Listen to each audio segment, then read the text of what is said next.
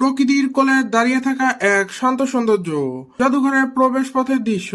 একপাশে নীরব পুকুর, তার স্বচ্ছ জলে আকাশের প্রতিচ্ছবি। এটাই লোকশিল্প জাদুঘরের প্রথম ছোঁয়া।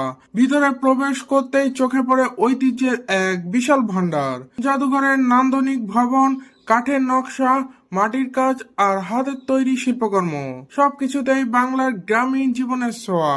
কারিগরদের সূক্ষ্ম কাজের দৃশ্য, দেওয়ালে দেওয়ালে সাজানো লোক সংস্কৃতির নিদর্শন। প্রতিটি কোণে লুকিয়ে আছে ইতিহাস আর শিল্পের গল্প।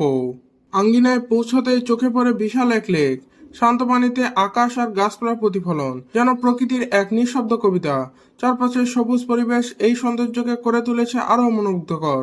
জাদুঘরের ভেতরে প্রবেশ করলে দেখা যায় প্রাচীন আসবাবপত্র, কুটির শিল্প জিনিসপত্র, বাঁশ ও কাঠের তৈরি ঐতিহ্যবাহী উপকরণ, মাটির হাঁড়ি, পুরানো বাদ্যযন্ত্র, কৃষি জীবনের ব্যবহার্য জিনিসপত্র, সব মিলিয়ে এক জীবন্ত ইতিহাস। এখানে সময় থেমে যায়, কিন্তু সংস্কৃতি বেঁচে থাকে চিরকাল।